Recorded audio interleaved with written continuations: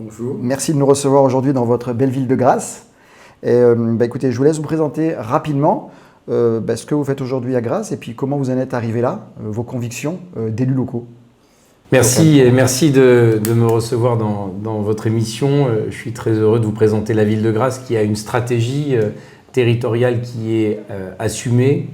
D'abord de travailler sur notre histoire, nos racines, ces savoir-faire autour de la plante à parfum, autour de la naturalité, autour du luxe, autour de la parfumerie que nous avons voulu remettre au cœur du dispositif de la stratégie de la ville. Et puis il y a une stratégie de requalification d'un centre historique médiéval qui fait 10 hectares et qui avait besoin de plus de force.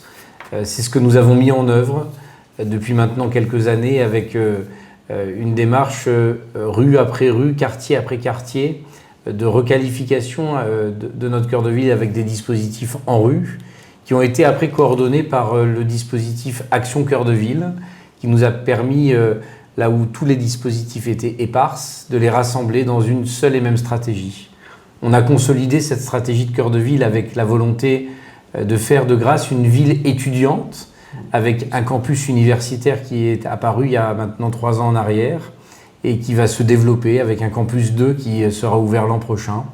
Et c'est ce que l'on a conjugué pour réussir cette opération de centre historique qui est, je dirais, en cours, avec un projet Martelly de requalification de 8000 m² de commerce dans le cœur de ville, et puis 2,5 hectares qui vont, à partir d'octobre 2025, trouver une nouvelle dynamique pour accueillir plus les habitants de tout ce pays de Grasse. Oui, parce que Grasse a quand même une particularité, enfin moi je le trouve, moi je niçois, mais d'avoir ce centre historique, qui est ville dans laquelle je viens de passer, qui est ces petites rues étroites, avec des anciennes maisons, des anciennes façades, et aussi une partie plus industrielle, entre guillemets, de la partie parfumerie, qui est mondialement reconnue, et qui s'étend, enfin pour moi qui s'étend aux alentours de Grasse, et donc il faut arriver à conjuguer la modernité de toutes ces installations qui sont en périphérie, et en même temps garder l'essence du cœur de ville qui font la beauté de nos villages et nos villes françaises. Et donc c'est ça que vous avez réussi à faire avec l'Action Cœur de Ville. Absolument. Ce qui a été compliqué, c'est de conjuguer des choses qui sont complexes, à savoir la pression foncière. On est sur la Côte d'Azur et on a beaucoup de pression foncière pour bâtir de l'immobilier. On a voulu dans cette je dirais, réflexion et requalification de notre plan local d'urbanisme, sortir 70 hectares qui étaient promis à l'urbanisation pour les donner à l'agriculture. Ces 70 hectares de terres agricoles, ils vont servir la stratégie de relocalisation du luxe, des maisons de parfum, parce qu'ils ont besoin de démonstrateurs. Et ces cultures de plantes à parfum vont à la fois permettre de relocaliser la culture historique des plantes à parfum, de la rose centifolia, du jasmin, du lys de la Madone, de la tubéreuse qui retrouvent des perspectives à Grasse. Ça va consolider la stratégie devenue de grands groupes de maisons de luxe comme Dior, LVMH, Lancôme, qui revendiquent aussi maintenant une appartenance dans cette existence territoriale. Ça a été un des premiers éléments complexes. La deuxième, ça a été d'assumer aussi sur la partie au plan de Grasse la réindustrialisation d'une partie de la ville pour réimplanter des industries qui avaient quitté le territoire national, voire européen, et pour lesquelles on est en train de les relocaliser. Je pense à Givaudan, je pense à Symrise, je pense à Cosmo New York. Toutes ces industries vont venir se redévelopper sur le territoire de Grasse. Il a fallu prévoir un document d'urbanisme qui prévoyait l'implantation de ces usines. Ça va générer de l'emploi, ça va générer la complétude de la chaîne entre la fleur à parfum dans les champs jusqu'au produit fini au niveau du luxe en passant par l'industrie. Ça a été des enjeux, ça a été des choix stratégiques et nous les avons assumés, portés devant le conseil municipal et aujourd'hui, ils portent leurs fruits. Oui, je vois ça, c'est très intéressant. Et là, donc, justement, par rapport à ça, donc Action Cœur de Ville est un programme national. Est-ce que sur la partie réindustrialisation, dont on parle beaucoup aujourd'hui pour la France, est-ce qu'il y a des plans nationaux qui accompagnent, ou même locaux au niveau de la région ou du département, qui sont intéressants et qui peuvent être repris dans d'autres communes? Absolument, on est accompagné d'abord par l'État et le préfet de région sur les opérations de fonds friches. Le fonds friche, il aide à porter des déficits fonciers quand on va devoir requalifier des friches industrielles qui sont à l'abandon et pour lesquelles on va relocaliser, désimperméabiliser, lutter contre le PPRI, le plan de prévention des risques inondation. Forcément, ça a des coûts induits. Et donc le fonds friche permet d'absorber ce déficit foncier pour que nous puissions bâtir mieux, moins mais mieux, et désimperméabiliser les sols. La deuxième aide, c'est avec la région, où on est aidé dans un plan de développement économique sur notre région, avec un plan pluriannuel, et pour lequel nous portons des projets importants, ambitieux, d'accueillir des grands capitaines d'industrie et des grands leaders nationaux ou européens sur le territoire. Et donc on est accompagné. Et puis il y a la communauté d'agglomération et le département des Alpes-Maritimes qui aussi nous accompagnent sur ces sujets, qui sont des sujets importants. On a 11 zones d'activité sur la communauté d'agglomération dont nous avons la charge à la communauté d'agglomération et que nous portons avec beaucoup d'enthousiasme et avec un service qui s'appelle Grasse Entreprise. Oui, j'ai vu ça. Très actif au niveau de l'entrepreneuriat sur Grasse.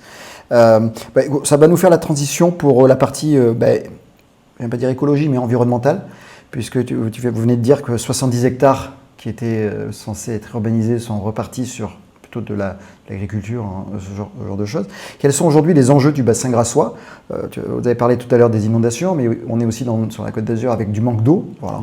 On a eu beaucoup d'eau cet automne, mais là on voit que ce printemps commence à être très sec. Et l'été va être sec et le changement climatique de toute façon qui s'annonce change un petit peu la donne. Quel est le plan d'adaptation de Grasse par rapport à ces enjeux écologiques et même par rapport aux plantations qui peuvent être faites, puisque peut-être c'est de nouvelles essences qu'il faudra peut-être, il y a les historiques, mais peut-être pas demain, mais dans quelques années, d'imaginer peut-être la suite avec de nouvelles essences plus adaptées au changement climatique. Absolument, on travaille beaucoup sur cette question du stress hydrique. Sur aussi une démarche dans laquelle on va mieux gérer notre ressource en eau. D'abord, on a organisé un syndicat intercommunal des eaux du Foulon. Par le passé, on avait un tube d'alimentation de 9 communes qui était très vétuste et très fuyard. J'ai souhaité créer ce syndicat pour pouvoir mettre autour de la table les maires de Valbonne, Châteauneuf-de-Grasse, Bar-sur-Loup, Opio, Le Rouret, Roquefort-les-Pins, Montsartou, Gourdon et Grasse. Nous sommes unis dans un syndicat qui va permettre et qui permet des investissements qui vont être plus protecteurs de la ressource en eau et moins fuyards pour l'avenir. Donc c'est quelque chose qui a été vraiment structurant dans notre travail. La deuxième chose, ça a été de travailler pour capter des ressources nouvelles en eau, notamment la Foux, où on avait une source qui n'était pas captée, qui allait au vallon du Rossignol et pour lequel nous venons de livrer une infrastructure de traitement de l'eau et de réinjecter cette eau dans le réseau des Grassois, ce qui nous rendra moins dépendants des systèmes extérieurs, notamment du Sicacil. On achètera moins d'eau, on sera moins dépendant et donc on va permettre une autonomie supplémentaire pour les Grassoises et les Grassois dans la question de l'eau. On a aussi des travaux qui sont menés pour le stress hydrique sur les plantes. Donc on travaille pour être plus économe en eau avec les Fleurs d'Exception, qui est une association qui réunit tous les agriculteurs de notre territoire et pour lequel on doit travailler sur des techniques nouvelles, le paillage, garder de l'humidité au sol. On travaille avec Mycophyto aussi, qui est une start-up qui injecte des champignons dans le sol qui gardent plus d'humidité proche des racines des plantes. Voilà, ce sont des approches de recherche et développement nouvelles que nous menons pour se préparer à ces rendez-vous de sécheresse qui vont être devant nous et pour lesquels on doit travailler pour mieux utiliser la ressource et utiliser la science et la technologie au service du progrès. Oui, alors justement, quand on parle d'écologie, l'eau, en tout cas à mon sens, c'est l'une des ressources les plus importantes. Et il y a cette impression d'avoir, dans ce qu'on appelle le millefeuille administratif, d'avoir, on va dire, un niveau à chaque niveau, que ce soit la commune, que ce soit le département, la région et l'État, d'avoir des agences, comme les agences de l'eau. Est-ce qu'on arrive quand même à avoir une fluidité, une cohérence dans toutes ces agences, ou est-ce que peut-être demain, l'eau, la compétence eau devrait être décentralisée par rapport au bassin versant? On en parle beaucoup parce que des fois il y a des communes qui ne sont pas forcément, des fois même pas dans le même département, des fois même pas dans la même région, mais quand on étudie la géologie et les bassins versants, en fait on s'aperçoit qu'elles partagent les mêmes ressources. Est-ce que vous êtes regroupé avec des communes qui sont déjà autour pour faire ces installations sur l'eau. Est-ce que demain, il pourrait y avoir une simplification de ces différentes strates? Est-ce que vous, ça vous a gêné dans les projets que vous avez faits ou les choses ont été quand même assez fluides avec toutes les différentes strates? C'est toujours des choses compliquées parce qu'effectivement, on est sur des bassins différents et sur des usages différents. Je prends l'exemple ici à Grasse et le canton de Fayence et la communauté d'agglomération des Pays de l'Érins, voilà, des espaces différents qui sont régis dans un même bassin, la commission locale de l'eau, la CLÉ, le SAGE, qui est une organisation qui dépasse les limites de nos communautés d'agglomération, mais qui se doivent de travailler sur les besoins en eau des territoires, sur ce qu'il y a besoin dans le milieu naturel, et on travaille de concert avec à la fois l'agence de l'eau, à la fois le département des Alpes-Maritimes, à la fois le SMIAGE, à la fois nos communautés d'agglomération. Ça fait beaucoup d'acteurs. Oui. Et ces acteurs, ils ne sont pas toujours d'accord. J'ai la chance d'être le président de cette clé et ce SAGE pour pouvoir trouver des points d'équilibre. C'est quelque chose qui est difficile pour moi, mais pour lequel j'essaie d'œuvrer en disant trouvons entre les positions des uns et des autres, trouvons un chemin d'équilibre qui permettra demain à ce que nous puissions développer harmonieusement en tenant compte des bassins versants, de l'origine jusqu'à l'alimentation, et que tout le monde s'y retrouve. Donc voilà, c'est un équilibre qui est compliqué, c'est un exercice qui est compliqué, mais voilà, en prenant du temps, en écoutant les positions des uns et des autres, en les argumentant, en les étayant et en trouvant un chemin, eh bien, en tout cas, c'est le rôle que j'ai souhaité incarner à la demande de Charles Anginesi, pour pouvoir permettre aussi à ce que les territoires s'entendent et qu'on trouve des points de convergence. Oui, c'est important dans la compétition des ressources, entre guillemets. Ça se fait sur l'eau, mais ça se fait aussi sur les terres agricoles, sur la compétition entre l'élevage et les fermes solaires. Enfin, aujourd'hui, cette thématique, compétition entre guillemets, en tout cas, on ne peut pas tout faire. On ne peut pas cultiver certaines espèces pour faire des biocarburants et en même temps pour nourrir les animaux et en même temps pour nourrir les hommes. C'est d'autres problèmes. Et l'eau en fait partie, bon, à première vue, donc c'est quelque chose qui est bien géré au niveau de la commune et des communes limitrophes. On pourrait passer sur puisqu'on voit que, moi je vois que vous êtes très actif sur Grasse, beaucoup de choses qui se font. Alors peut-être vous avez aussi de la chance d'avoir des industries qui apportent aussi des financements, je pense à la commune, puisque vous avez quand même réussi à baisser la dette, à ne pas augmenter la fiscalité locale par rapport aux baisses de revenus qui ont pu arriver avec la disparition de la taxe d'habitation. Est-ce qu'aujourd'hui, Jérôme Biot, comment vous voyez aujourd'hui et demain le financement de la décentralisation, puisque l'idée, ça serait peut-être de donner d'autres pouvoirs au niveau local, mais de couper un petit peu ce cordon que j'ai l'impression d'avoir des subsides de l'État qui mettent certaines communes qui ont peut-être moins de richesse économique, on va dire sous perfusion de l'État, et de leur donner une bouffée d'oxygène. Bien sûr, avec sûrement une réforme, si on augmente une imposition locale, il faudra peut-être baisser une autre imposition nationale pour rester à un niveau moyen au niveau national. Est-ce qu'il y a des pistes, vous avez déjà réfléchi, ou des choses qui sont en train d'être proposées dans votre famille politique ou dans d'autres, qui pourraient être intéressantes pour l'avenir? Moi, je pense qu'il y a beaucoup de pistes à trouver parce que les choses ne vont pas si bien que ça. Et je pense qu'on a besoin, d'abord, si on fait une décentralisation, c'est de faire une véritable décentralisation. Ce n'est pas juste des mots. Il faut redonner du pouvoir au territoire et ne pas recentraliser comme cela a été fait depuis de nombreux mois par Paris. Et donc, je pense que ça, c'est la première des choses. La deuxième, c'est de faire confiance aux maires, pour de vrai. C'est bien d'aller à Paris, à l'AMF, devant le gouvernement, d'entendre des beaux discours. Aujourd'hui, les maires, ils ont besoin qu'on leur fasse confiance. Ce sont les personnes pragmatiques de terrain qui ont les mains dans le cambouis, qui connaissent les problématiques locales. Et je pense que si on veut changer des choses, il faut redonner du vrai pouvoir aux maires qui ont le bon sens, tout simplement. Je crois que c'est important également. Après, il faut redonner des moyens. On ne peut pas avoir un État qui veut toujours dire on se débarrasse de telle et telle compétence pour le donner dans l'escarcelle municipale et dans le même moment leur enlever des ressources financières. Parce qu'au bout d'un moment, les municipalités ont plus de missions et moins d'argent. Et ça ne fonctionne pas parce qu'on est dans une démarche où on ne peut pas transférer des choses et augmenter la responsabilité des maires sans leur donner les moyens financiers de le faire. Voilà, qui eût cru il y a 4 ans ou 5 ans en arrière que les maires allaient devenir les personnes qui allaient paxer les gens. Ce n'était pas le rôle du maire. Aujourd'hui, ça l'est. Qui pensait il y a 5 ans en arrière que les maires allaient devoir, par l'intermédiaire des communautés d'agglomération, instruire les permis de construire. C'était la DDTM et c'était l'État qui instruisait les permis de construire. Ça s'est arrêté brutalement. Qui pensait il y a quelques années en arrière, il y a 5 ans en arrière, que les maires allaient être appelés pour vacciner et organiser des centres de vaccination à la place des hôpitaux ou à la place, je dirais, du ministère de la Santé. Voilà. Tout ça, ce sont des exemples dans lesquels les maires doivent trouver des solutions.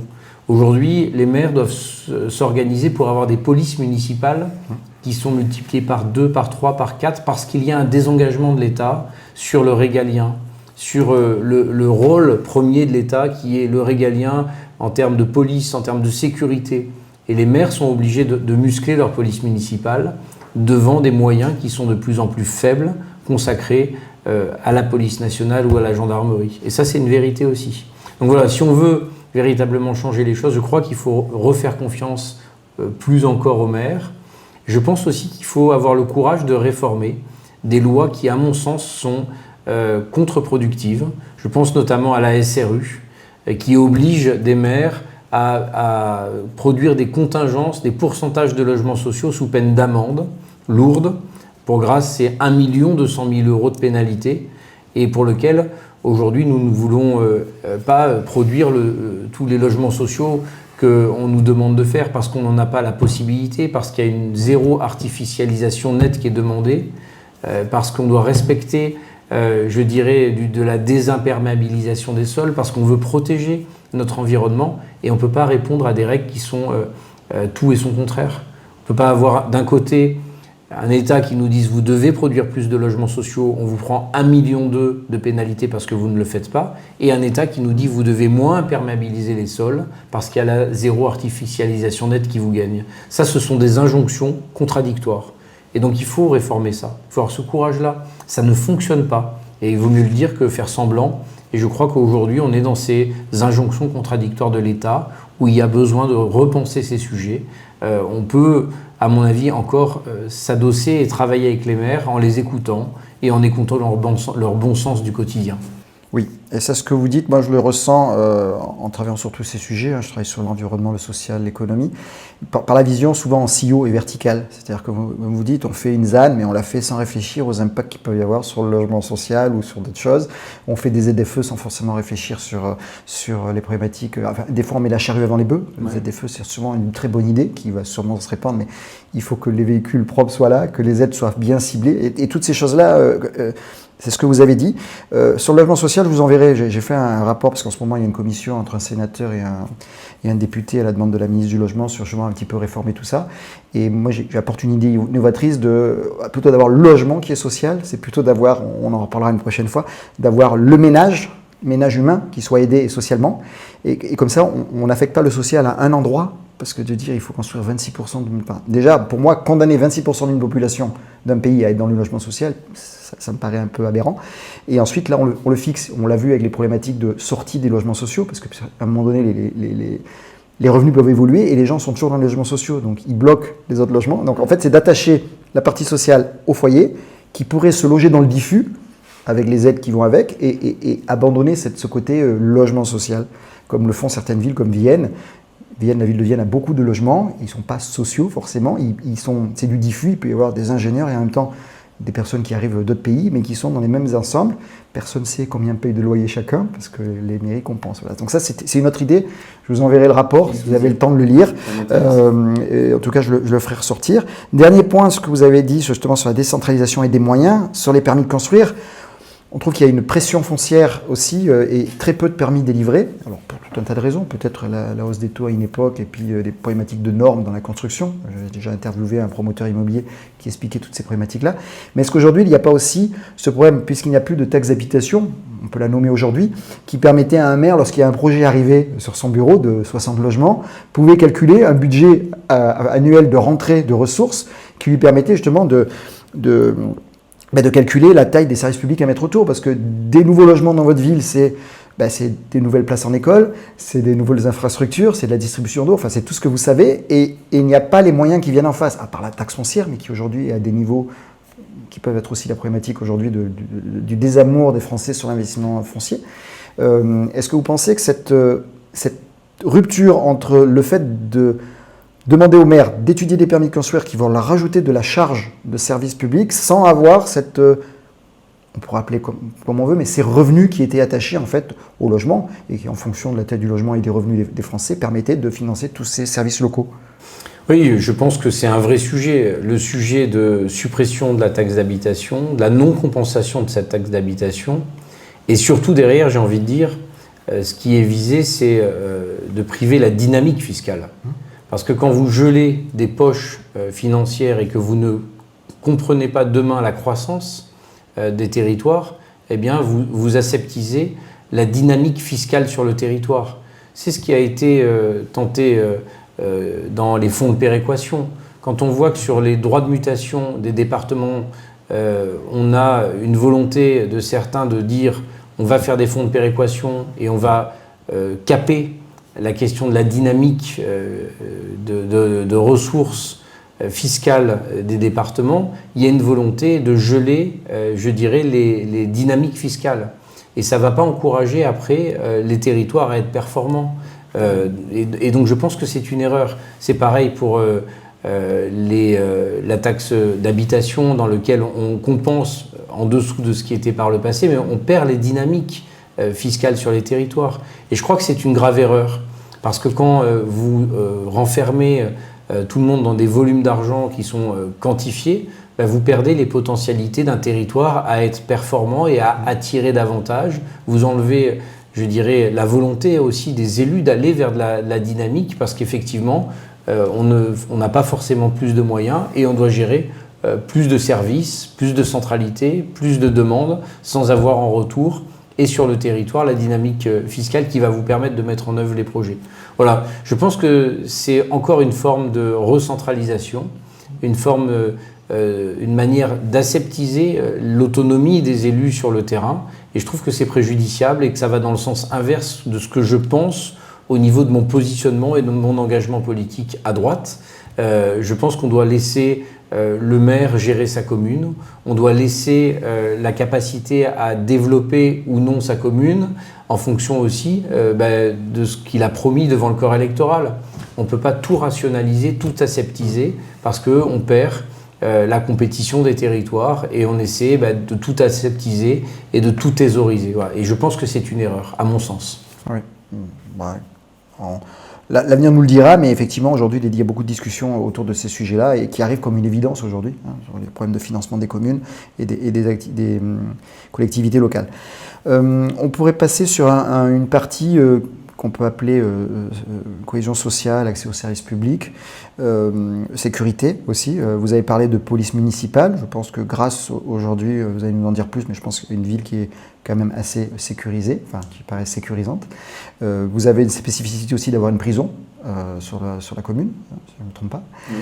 Est-ce que vous voulez dire deux mots par rapport à la sécurité? Éventuellement, pourquoi pas, on parle aujourd'hui de problèmes de places de prison, des communes qui ne les veulent pas sur leur territoire, certaines maires qui les demandent. Vous, comment vous avez géré donc d'une part la sécurité au niveau sur le terrain police municipale et d'autre part éventuellement de parler de la maison carcérale de Grasse? Avec plaisir. Donc aujourd'hui à Grasse, on a une ville qui est très grande, très vaste. Grasse fait 4400 hectares, donc 10 hameaux, 10 arrondissements, 10 mairies annexes sur le territoire, 220 km de rues communales. Et donc nous sommes entièrement sur la totalité du territoire sous je dirais, gestion police nationale, en zone d'intervention police nationale. On a des besoins qui sont énormes et on a des dotations en termes d'effectifs de police nationale qui sont insuffisants. On s'entend très bien avec la police nationale, on conjugue nos forces, tous les jours on travaille main dans la main, mais on a dû se doter d'effectifs supplémentaires. On a 60 policiers municipaux sur la commune, on a un centre de surveillance urbain qui est très performant et qui est très avant-gardiste, parce qu'on considère que la sécurité est la première attente de nos concitoyens et qu'on doit mettre en œuvre ces sujets-là. Donc on a fait le travail, le job, si je peux dire. Maintenant, on a aussi sur le territoire un tribunal de grande instance important, 11e barreau de France, on a un tribunal de commerce, on a un tribunal des prud'hommes, on a une maison de l'avocat, on a une maison d'arrêt. Et donc en France, on entend souvent les élus se plaindre en disant qu'il n'y a pas assez de place de maison d'arrêt sur le territoire national. Moi, j'ai proposé au garde des Sceaux que nous puissions doubler la maison d'arrêt de Grasse sur une emprise foncière qui nous appartient. Tous les maires ne le font pas. J'ai souhaité prendre ma part en demandant aussi qu'on puisse revaloriser ma dotation globale de fonctionnement et que l'on puisse aider davantage la commune si elle prend des charges de centralité supplémentaires.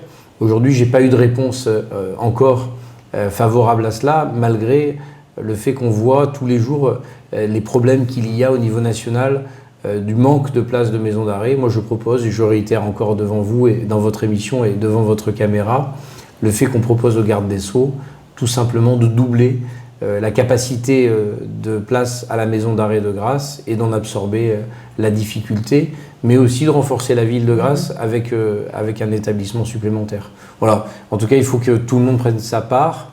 Et je crois que c'est important d'avoir pas des discours et son inverse, mais qu'on puisse aller dans ce sens-là. Et la capacité aujourd'hui, pour information Je ne sais pas exactement le nombre de places sur Grasse, mais on propose le doublement. D'accord, parfait.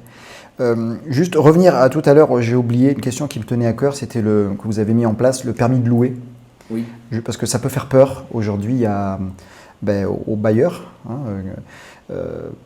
Et je pense qu'il y a des avantages à ce système-là. Donc, est-ce que vous pouvez, puisque vous l'avez concrétisé sur la commune, enfin peut-être pas de partout, peut-être dans certains quartiers, est-ce que vous pouvez nous expliquer aujourd'hui comment il fonctionne et s'il y a eu des problématiques à le mettre en place et les côtés positifs, les bienfaits que cela a pu apporter?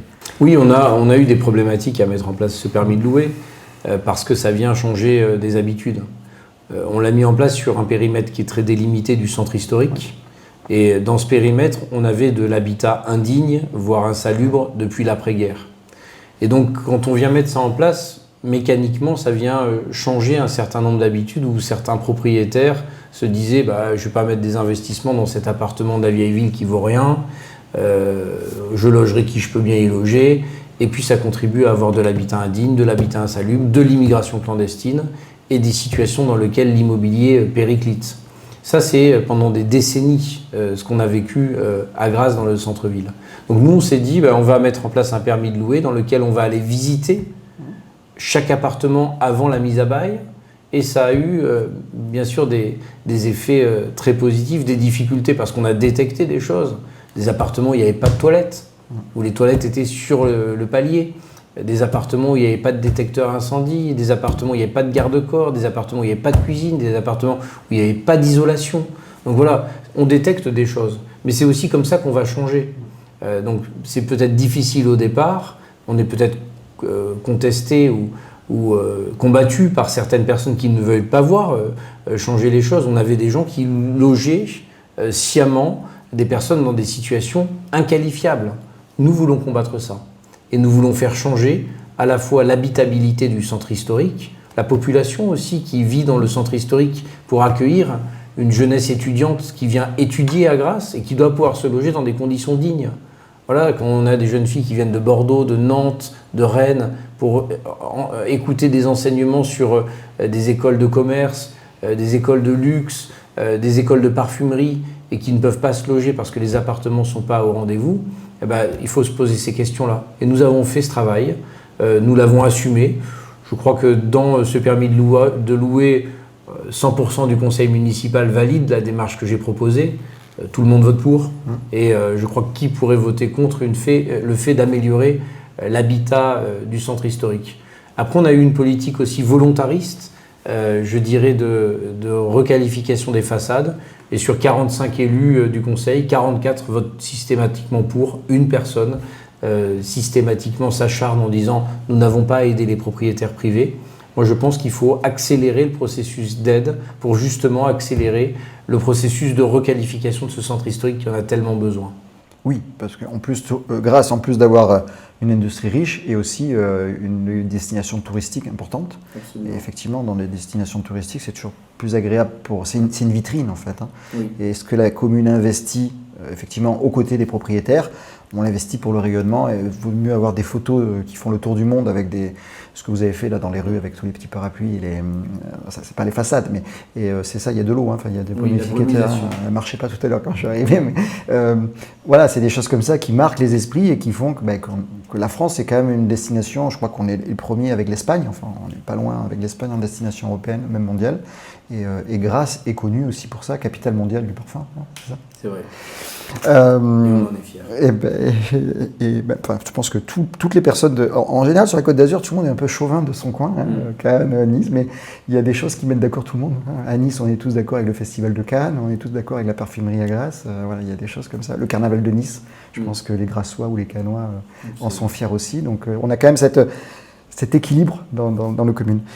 Écoute, moi je sais que vous avez un emploi du temps qui est serré, donc est-ce que vous avez un dernier sujet que vous souhaiteriez qu'on puisse aborder, qui corresponde aux Grassois, à la France en général, au tourisme, à l'industrie, à l'Europe peut-être aussi, parce qu'on voit le drapeau européen derrière, à côté de la France et celui de Grasse, dans vos idées politiques? Vous remercier de donner la parole au maire, d'ouvrir ces débats aussi largement, et je me prêterai à ces moments d'échange autant de fois que de besoin. En tout cas, je suis très content et je trouve que c'est une bonne approche et que de conjuguer les forces, que de dire allons voir au plus près des communes s'il y a des choses qui fonctionnent pour les modéliser ailleurs. Je trouve que c'est une belle chose qui n'est pas fait souvent et je voulais vous remercier de m'avoir invité. Voilà, cet épisode est terminé. Merci de l'avoir suivi. Comme d'habitude, je vous invite à approfondir par vous-même les sujets abordés. Sachez que je prends beaucoup de plaisir à réaliser ces épisodes. J'espère que celui-ci vous a plu. Si c'est le cas et que vous souhaitez me soutenir pour m'encourager à continuer, vous avez 3 moyens de le faire. Le premier, c'est de laisser une note, un avis ou un commentaire sur la plateforme d'où vous m'écoutez. Le deuxième, c'est de partager le podcast autour de vous, via vos réseaux sociaux ou simplement en parlant. Et enfin, le troisième moyen, c'est de me faire un don, avec cerise sur le gâteau, une réduction fiscale de 66%. Les liens sont dans la description de l'épisode. Je vous invite aussi à rejoindre la communauté grandissante des auditeurs sur le serveur Discord, afin de discuter au quotidien de tous ces sujets essentiels. L'avenir nous rassemble. À très vite, merci